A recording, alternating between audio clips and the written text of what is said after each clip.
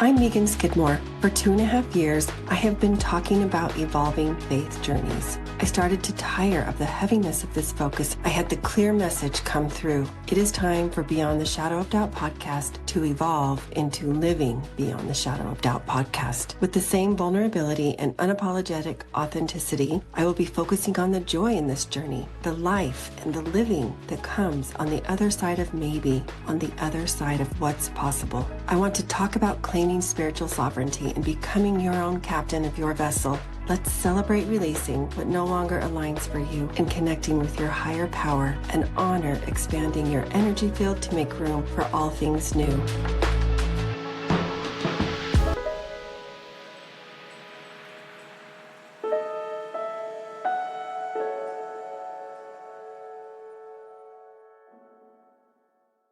Hey everyone, welcome to today's episode of Living Beyond the Shadow of Doubt. I am so thrilled and honored to have my friend, Dr. Nick, in the house. Hey. Nick and I were on the island this past summer, and we're fellow authors. We've been in the same mastermind this year, and it's been so awesome to get to know you. And you have such a, I don't know how to term your story. It is a bittersweet, complex, full of lots of opportunities for compassion, grace, moving on, and moving upward. So I appreciate you being willing to share with my audience. As you know, this is at the intersection of conservative faith background, as well as often it includes LGBTQ plus individuals or those that are connected to the LGBTQ plus community in some way, whether that means they're a parent, a sibling, an ally, and I know that includes you as well. So I want to give you the opportunity to introduce yourself to our audience. Just share whatever you feel comfortable sharing. I know you said you're an open book about your family, your background, your upbringing, your profession, the things that really have contributed to where you are at today. Yeah, we can dive as deep into this as you want to go. I will So, as an introduction, my name's Nick Howland. I am a plastic surgeon by trade. I work in Draper, Utah, which is a suburb of Salt Lake, just a little south of Salt Lake City. Most of my practice is cosmetic surgery, head to toe. I do operate on trans patients and consider myself an advocate for trans patients. I do not do any bottom surgery, mostly because I'm in private practice, and for bottom surgery, full sex change operations, you need a large university setting clinical space that has a big team that can do that.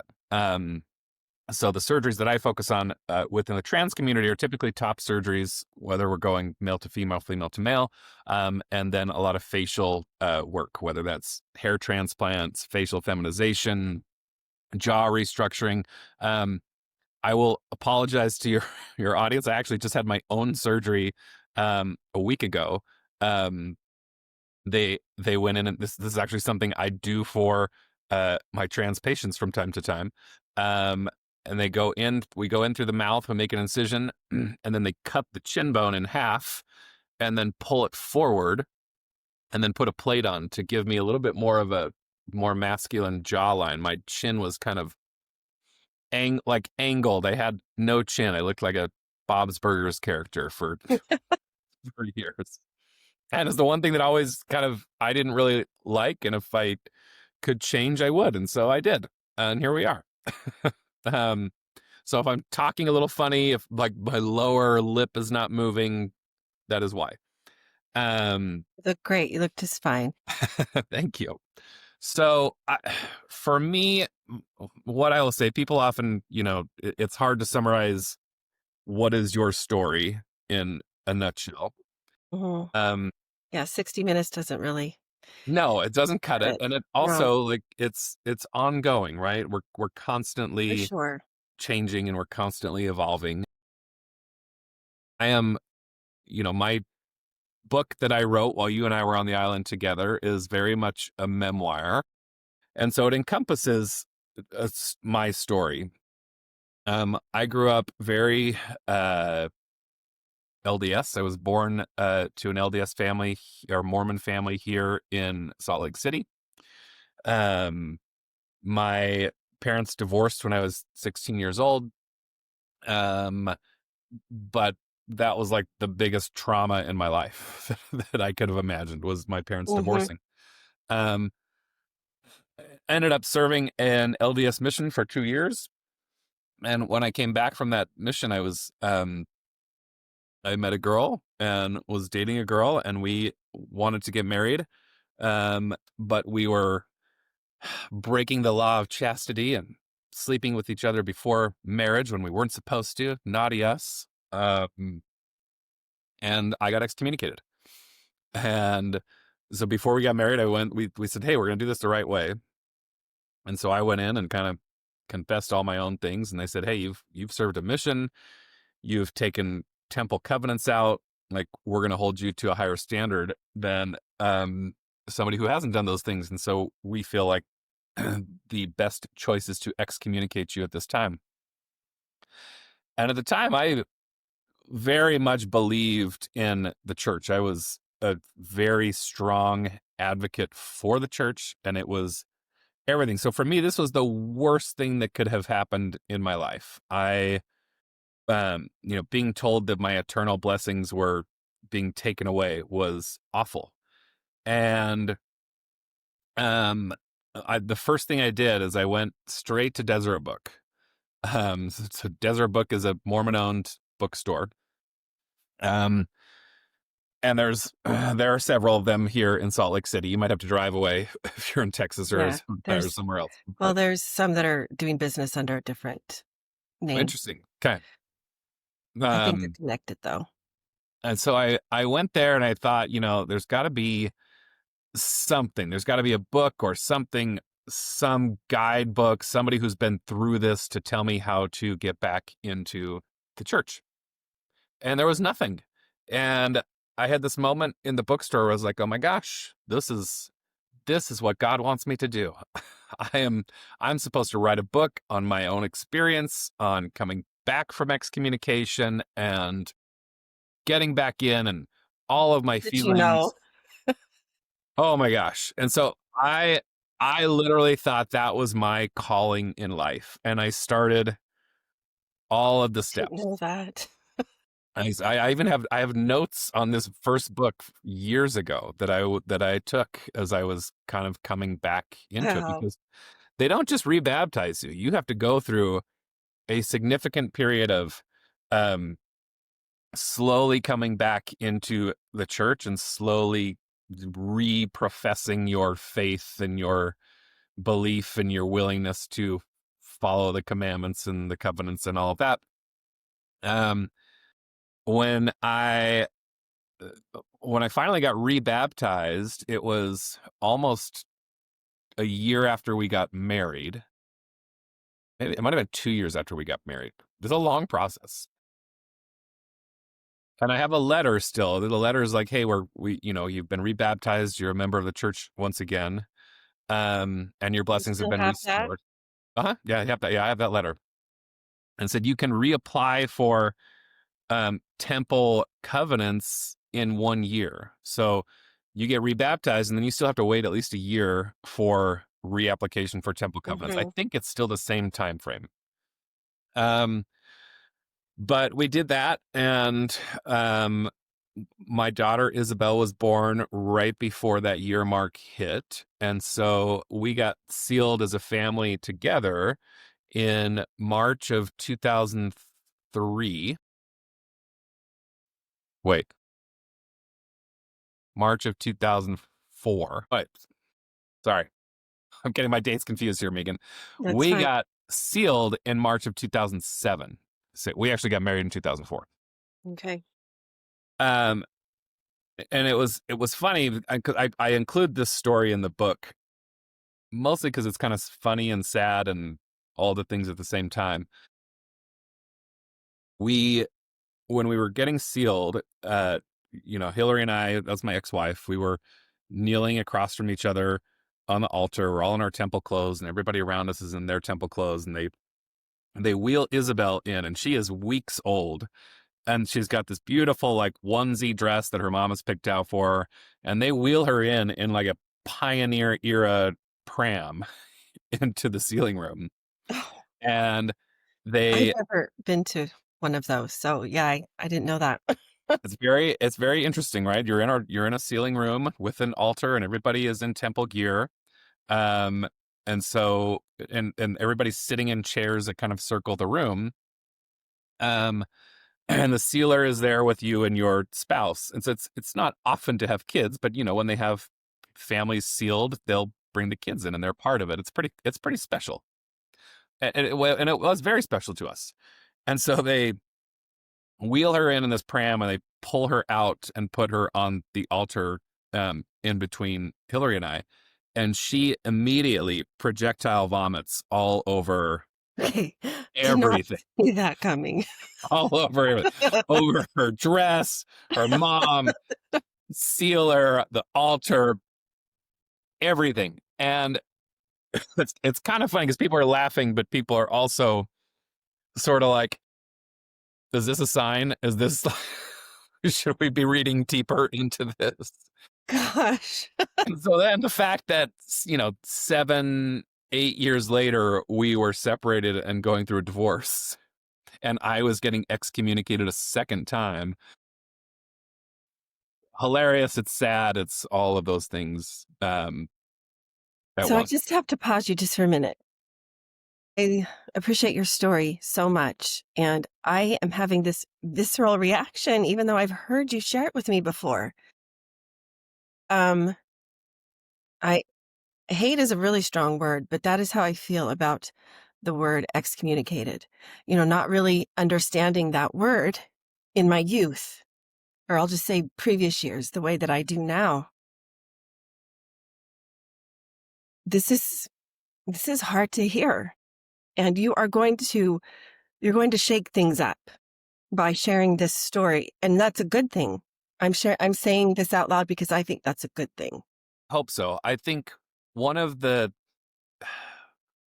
things I really want people to understand with my story, Megan, is so 7 years later, I went through an excommunication again. We got divorced. And when I got excommunicated the second time, even then I was still convinced that this was sort of true.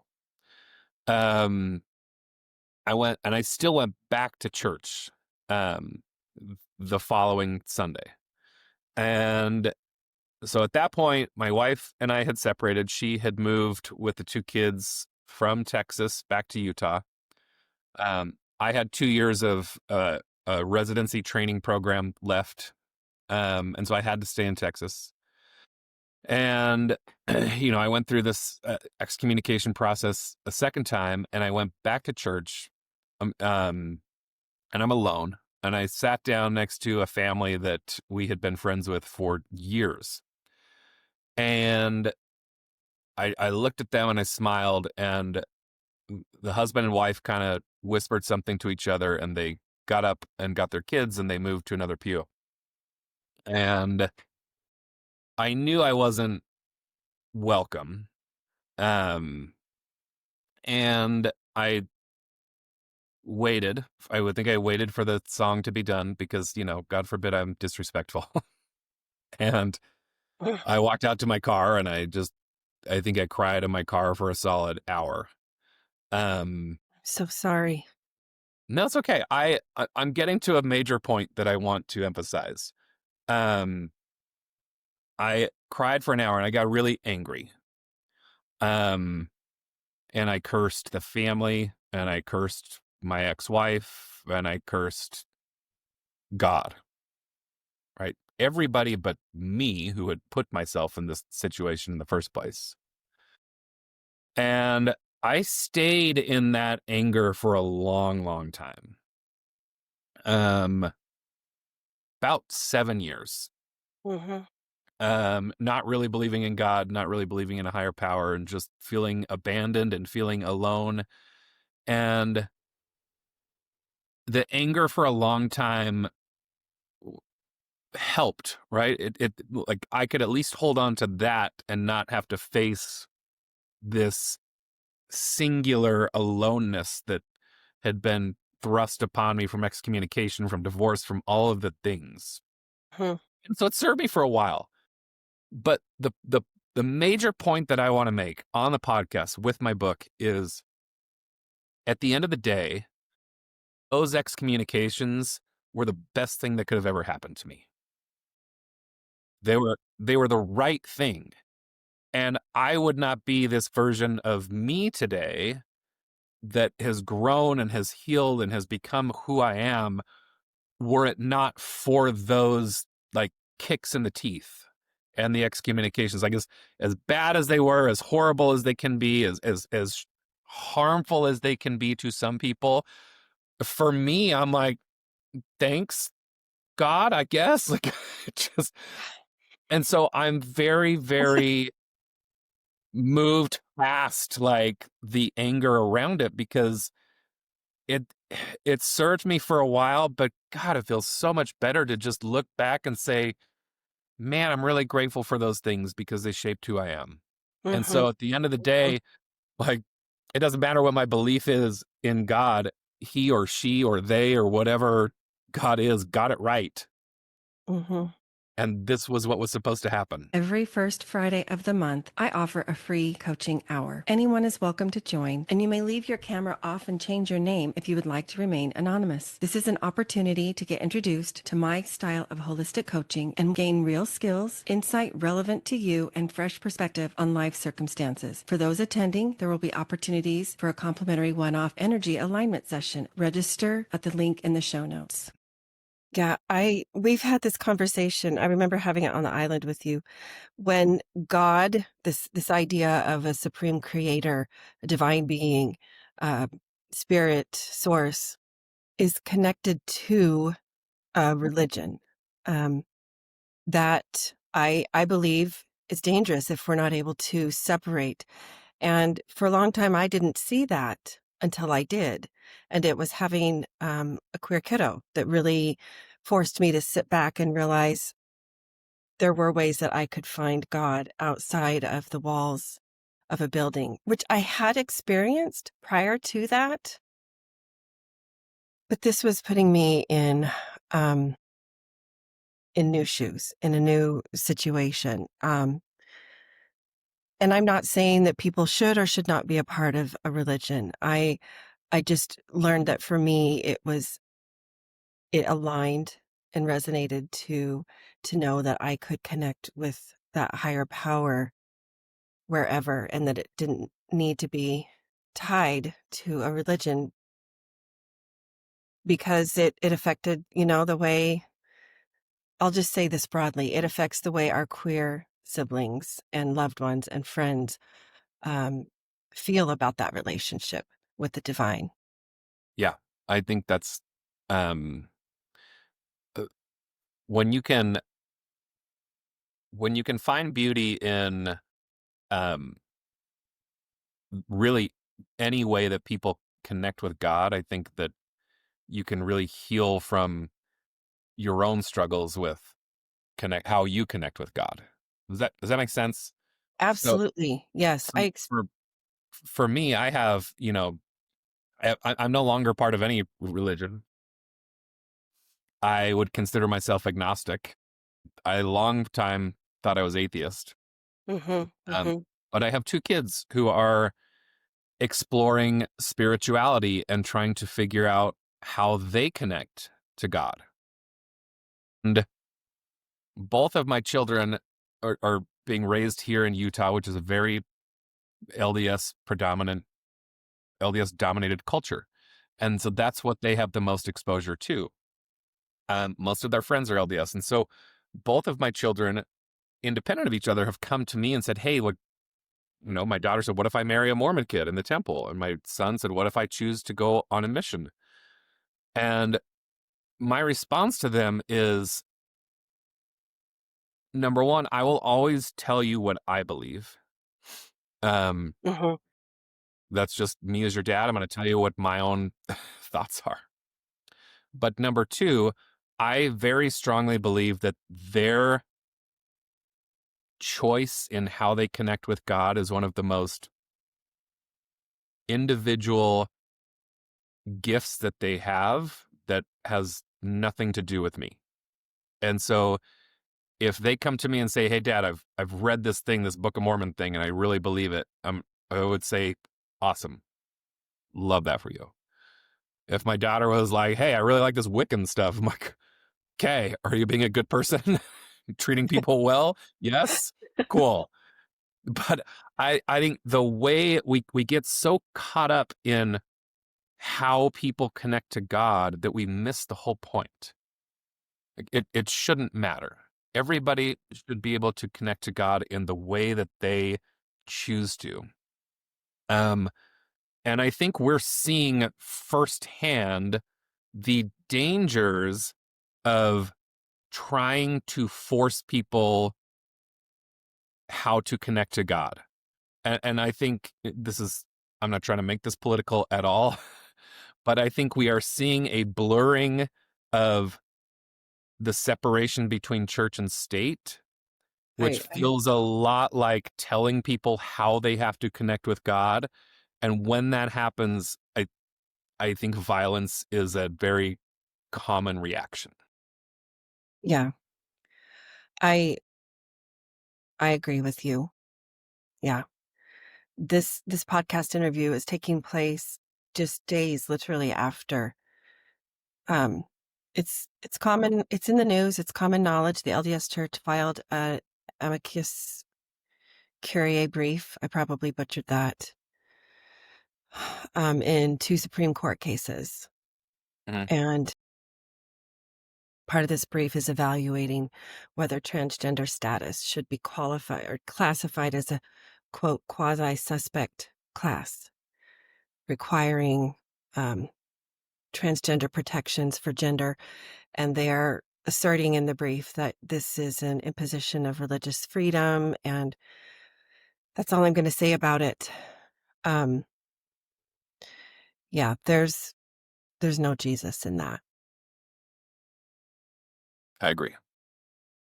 And um, that is extremely, extremely harmful for someone who identifies in this unique way to have something like that go to the Supreme Court.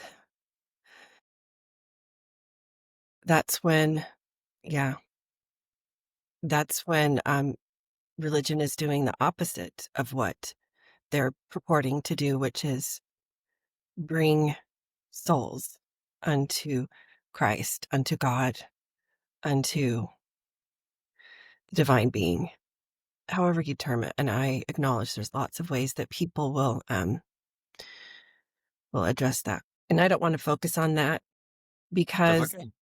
I heard a skip in your step, so to speak. I heard it in your voice when you talked about how you actually are choosing to believe now that excommunication was the best thing for you, that you are now on this other side. And that is the kind of the new layer I've added to my podcast this year, is focusing on that joy that comes on the other side of stepping into so much unknown, so much uncertain, so much messy, often painful, sometimes very, cloudy, not clear.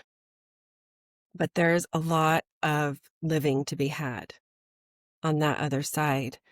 And um, I'd love for you to share. I mean, you kind of hinted at it, how you have experienced that as you have like chosen on purpose your path. Well, it didn't come easy. Like I said, post divorce, post second excommunication, I went pretty dark for a while. I found out with my divorce that I am a depressive eater. And Okay. so rather than, starve myself, I will eat my feelings. That's what I do. And so those last couple of years of residency, I think it put on probably about 50, 60 pounds. Um, and stayed there for a long, long time. And, I moved back to Utah there. And it's not like, none of this happens in linear succession, No. right? It's not like, No. oh, I had these horrible things happen. And then I just suddenly started to get better and better. Like there were, from the outside looking in, you wouldn't really know that deep down I was still pretty miserable. I moved back to Utah. I started working as a plastic surgeon here. I was finally making money. I was reunited with my kids. I was dating. Like life didn't seem all that bad from the outside looking in, but the truth was I was pretty miserable. I was not really living up to the ideals of being a man of integrity. I was drinking way too much. Never on the job. Obviously, I was, but that was an easy thing to escape feelings and escape where I was really at.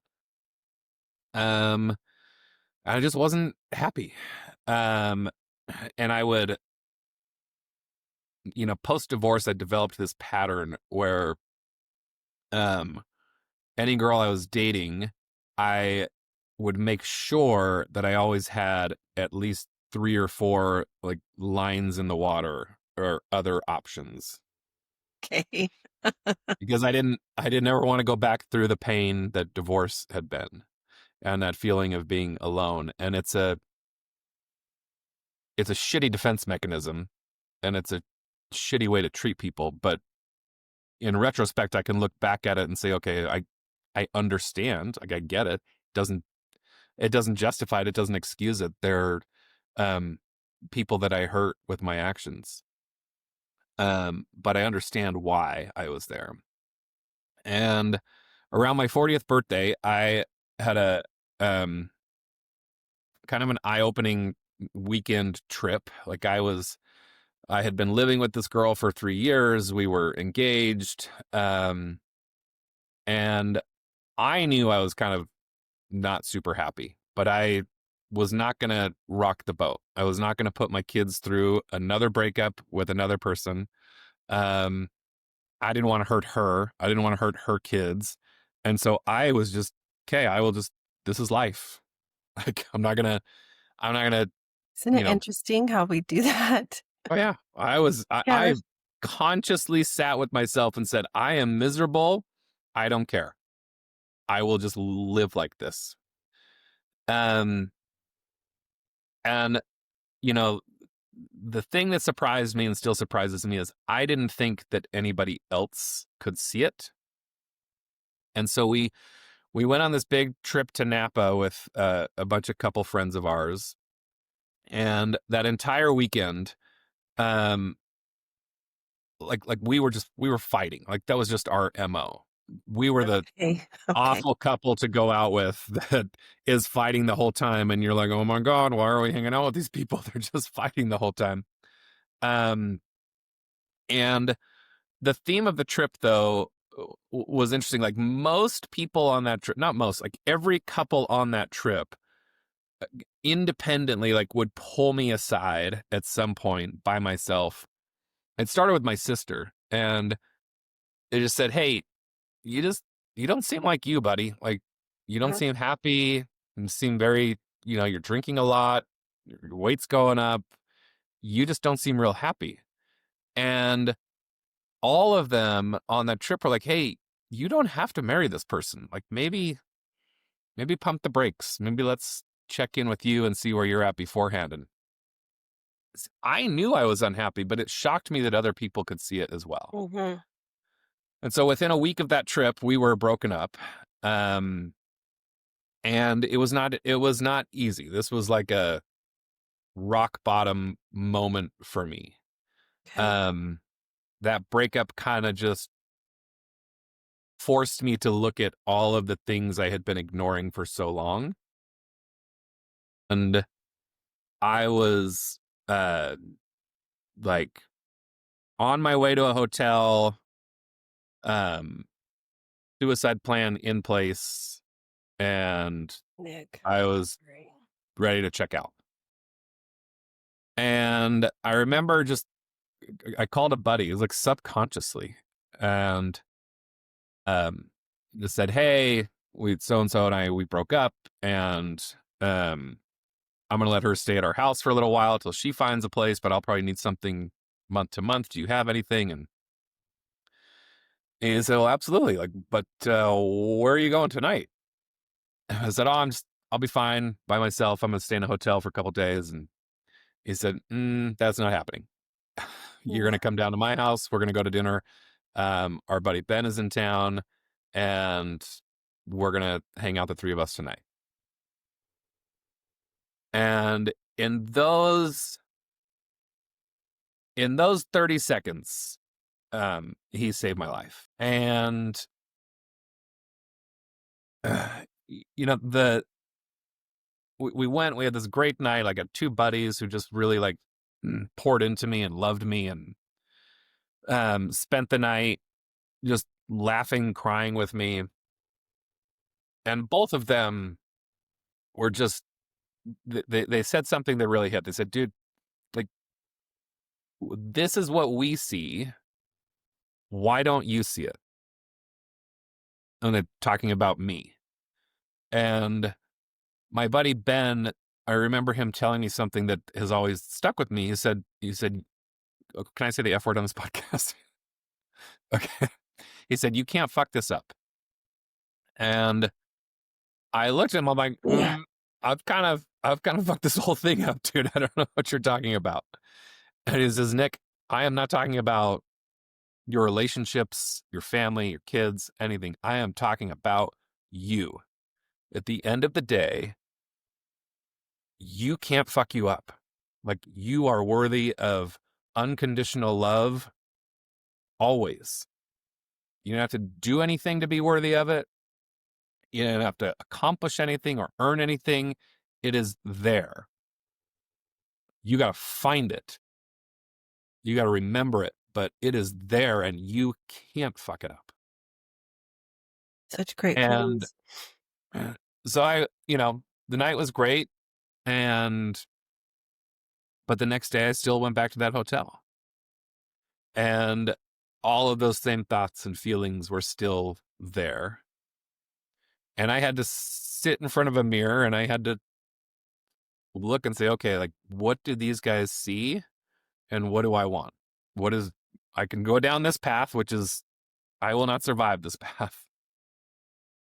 Or I can go down this path, which is even scarier in some ways, and figure me out for the first time. And thankfully that was Amazing. the path I chose. And I just said, okay, like, we're going to spend the next long time just figuring this out. And there's a lot that we can go into there on the things that I did. But at the end of the day, I was able to find exactly what Ben meant when he told me, "You can't fuck this up." And I was able to find enough and remember enough love for me that everything changed. And I think that is within all of us. I don't think one of the problems we get into, and this was something that my current wife, my current wife, Haley, helped me realize while we were on the island. When we were on the island, we do the blessing of the body every morning, right? We go through this beautiful prayer that Kira does with us. This was on Thursday, so we'd already been on the island for a few days, and um, I had gotten to know you, and I had gotten to know a lot of the women and their stories, and Kira's doing this blessing of the body, and she's talking about God, and she's talking about Jesus, and I all of a sudden felt very disconnected because I recognized that I was surrounded by all of these very powerful women who I respected and loved, and they had all found healing and peace through God and Jesus. This memoir I was writing and a lot of the trauma that I had experienced, I felt like was directly from God and Jesus. And I was like, well, shit, how do I fit in now? And I got very emotional. I was sobbing in this blessing of the body. And I went to my room and I called Haley, and I just kind of, you know, let it all out with Haley. I was like, I don't understand this because I'm not stuck in this still. Like, I don't feel like God and Jesus did all this trauma to me and I can't get out of it. I found it another way, and it feels like I'm questioning the way I found it. Did I do this the wrong way? And Haley said something to me that I'll never forget. She goes, honey, we go to all this stuff. We go to this woo-woo stuff. We go to we've done plant medicine. We've done journeys. We've done breathwork sessions. We've been to churches and all the things. Mm-hmm. Mm-hmm. And we talk about self-love all the time. And so many people continue to try to outsource self-love. And at the end of the day, it's the most individual thing there is. It's self-love. You don't need God or Jesus or Buddha or grandmother ayahuasca or Mother Earth or anything outside of this to find that self-love. And yeah, that was my biggest takeaway from being on that island, was having my wife really give me that moment of clarity and understanding, Really cool. that brought it all together for me. I so appreciate your raw vulnerability here. I think words matter, and I've had sometimes similar kind of thoughts. For me, it's kind of summed up in, I think sometimes it's vocabulary words. It's just a different use of vocabulary words that you use to describe something that happened for you that maybe I use to describe in words that have meaning to me, to something that happened to me. And the same goes for those of other faiths, religions, creeds, cultures, whatever. And that doesn't need to be a problem, that we describe it or we use different words to understand what's meaningful to us. The problem comes in when somebody's putting themselves above another or saying that this is the only way, because that's in effect canceling out the very real human experiences that others have had that are valid. Mm-hmm. And that were, I believe, curated for them. How that happened, I don't really know. But yeah, I have learned on such a different level how much the divine already rests. We're taught that. I mean, regardless of whether that's a belief you continue to hold on to. I mean, that to me is kind of another word for that self-love. Love is the highest vibration that we can live by. Yeah. Listen, don't get me wrong. I absolutely believe in a higher power. I just think it's you. I think it's me. I think it's all of us. Yeah. And I think that I think I have a very strong belief that one of the most important things we can do is turn inward and remember to love ourselves. Mm-hmm. Because once you do that, everything else around you changes. Like, you then pour that into your children. You then pour that into your partner and your spouse. Yes. You then pour that into the rest of the world.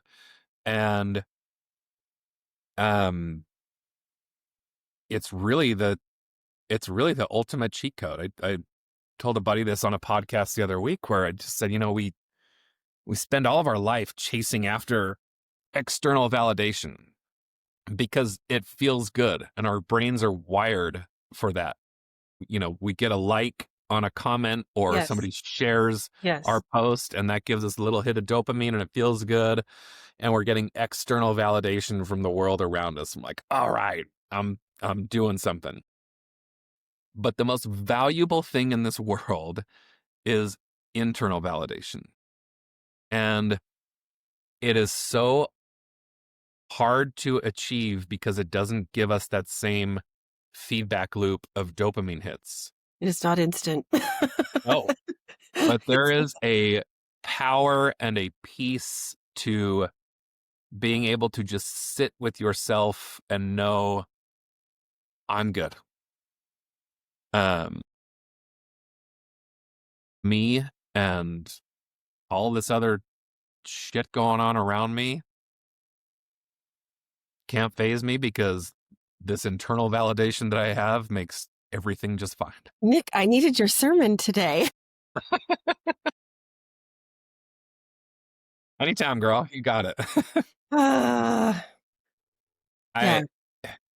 So let me ask you a question, especially with, with all the stuff that's coming up, with the church filing what they filed, with people getting shot here in Utah, with bombs or truck drivers shooting up Mormon churches. How do you respond? Like what? Because, and this is a question I've had to sit with and ask myself over the last few weeks is what do I do with this? Yeah. It's really easy to feel helpless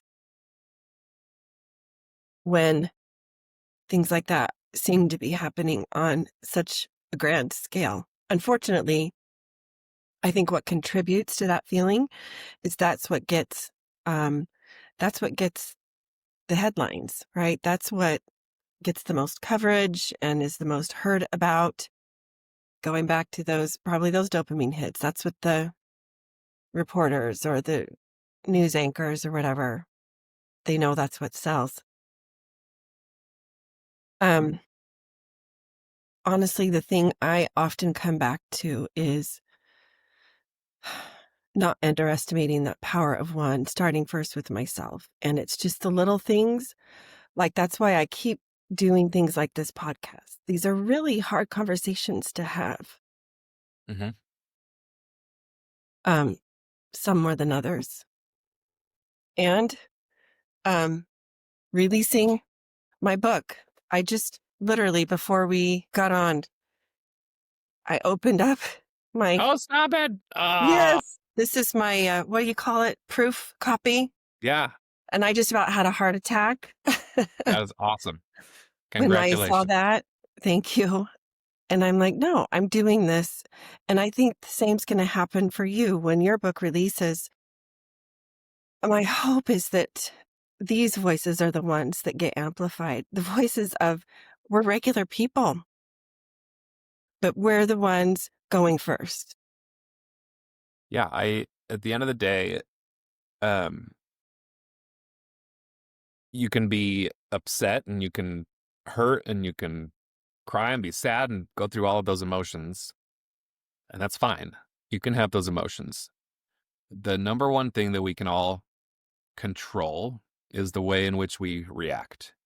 And so for me, it's, I'm going to focus on the things that are in my immediate circle that I can control. Yeah.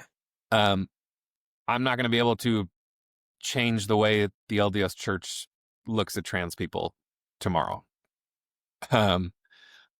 Maybe, maybe that comes down the road, but I can absolutely control the way I approach and act around the trans community. I can teach my children to love everybody, no matter how they choose to identify or who they choose to love.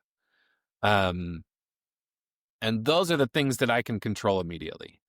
And those are the things that I focus on.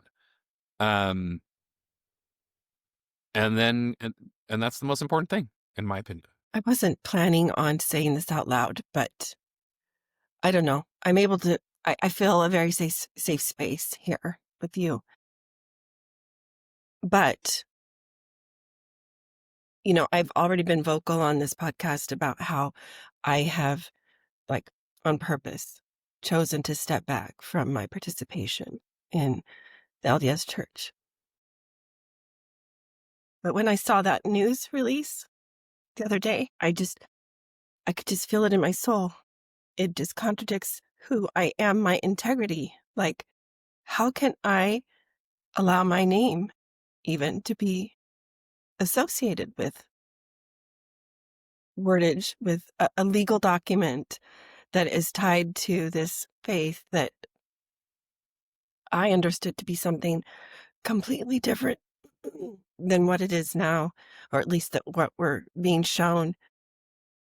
And, I actually thought in order to be in alignment with me, to submitting a resignation, that's a big step. And, but you were talking about we only have control over what we do, what's right here inside, in our heart, in our mind, our voice, our soul. Very strongly believe, Megan, that if you feel like you shouldn't be connected to it, then I would support you in any of those decisions. Just like I support the people who stay.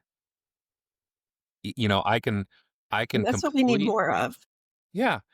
I think we need more just understanding and respect for the way people connect to God, whether you believe it or not. Like, I can get on this bandwagon with you very easily and say, yeah, it's really easy to say, fuck the Mormons. They really are screwing up trans kids and they're really doing all of these things. And here's all the negative stuff that they do. Yeah. Our producer, Ben, wanted me to do that. Yeah. And I'm like, sure. But then we're just contributing. We're just adding fuel to the fire. Like, exactly. It's not productive. I don't think it's productive. I think that, and that's not to say that I don't have a stance. Like, I will own my stance and I will stand up for what I think is right. And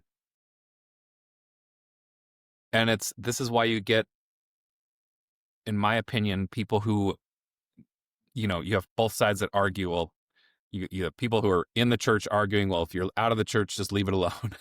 You have people out of the church who are arguing, you don't understand, this really screwed me up, or this caused this or that. How hard it is. I just, at the end of the day, when it's not all bad, right? There are some good things there. And so if we can focus on the good things that are there, Right. I think we have a lot more chance to be successful. I agree. I think that mutual respect and just what you just said, being able to support your friends and loved ones, whether they're in or whether they're out. And just, I recently met 3 sisters. Their fourth one wasn't with them at the time. And one is completely out, one is completely in, and one is kind of somewhere in between, but they just have unconditional love for one another and respect for where they're at. Yeah, I think you have to. We need to get back to being able to have higher level conversations with people, right? A low level conversation is one where we just, and this is what I think is going on with our politics today. There's so much low level thinking on both sides that, and low level thinking is when you say, I'm right, and if you don't believe me, you're an idiot and you're out of the group and I don't like you. That's low level thinking. We just entrench ourselves in our beliefs and refuse to hear any other perspective.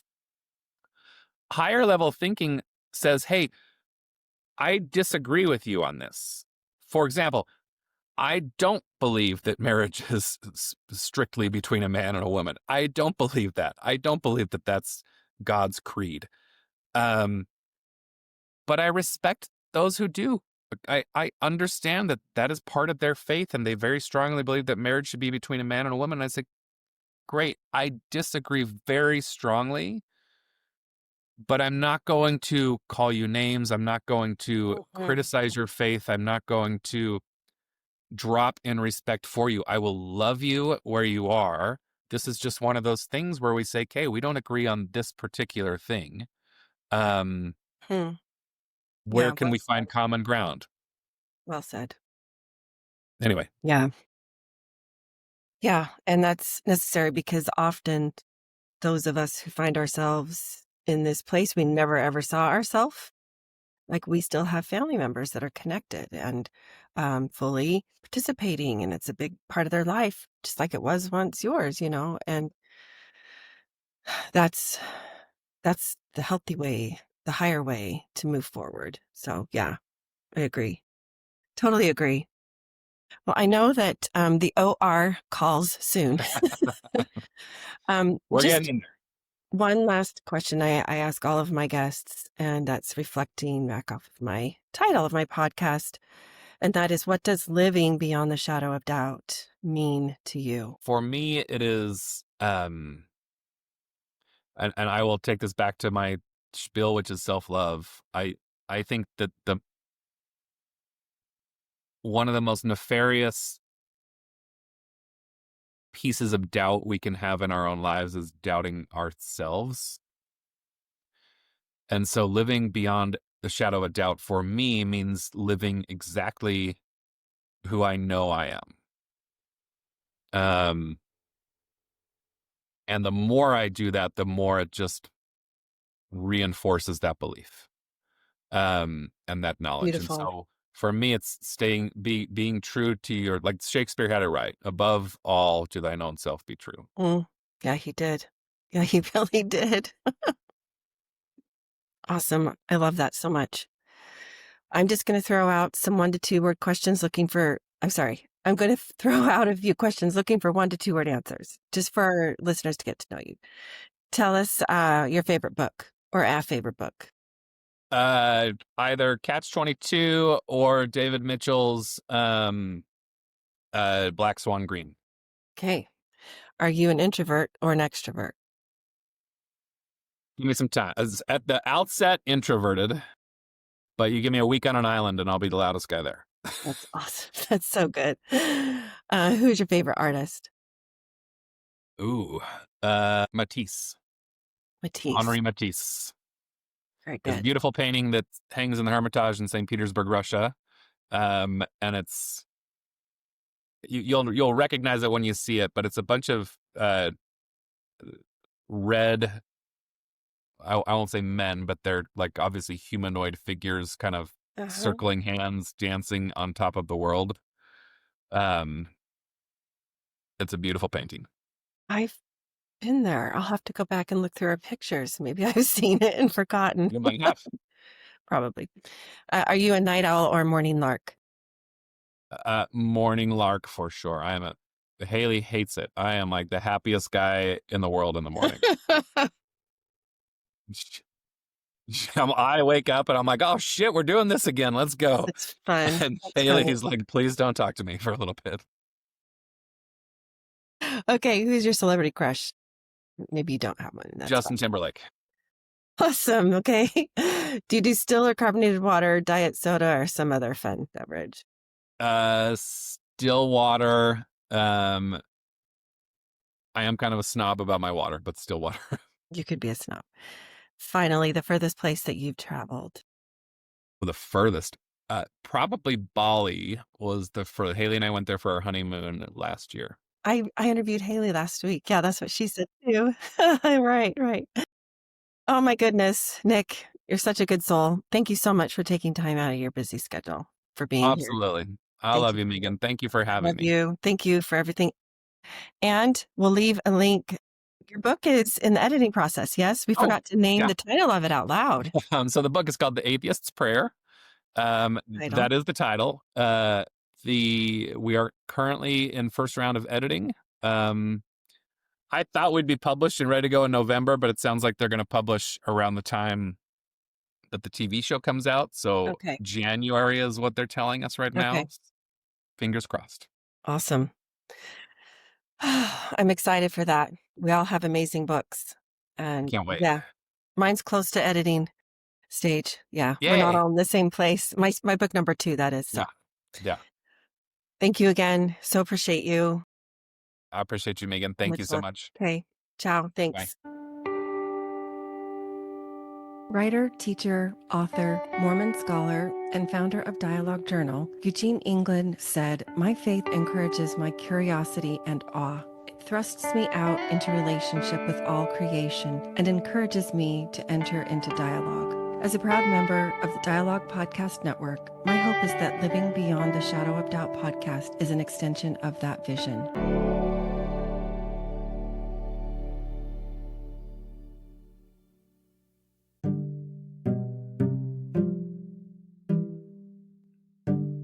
Hopeful Spaces is a Dallas Hope Charities component of Hopeful Discussions, sponsored by Mercedes-Benz Financial Services USA. It's a free monthly parent, ally, or caregiver support group facilitated by Megan Skidmore Coaching. Email chc@dallashopecharities.org for more info.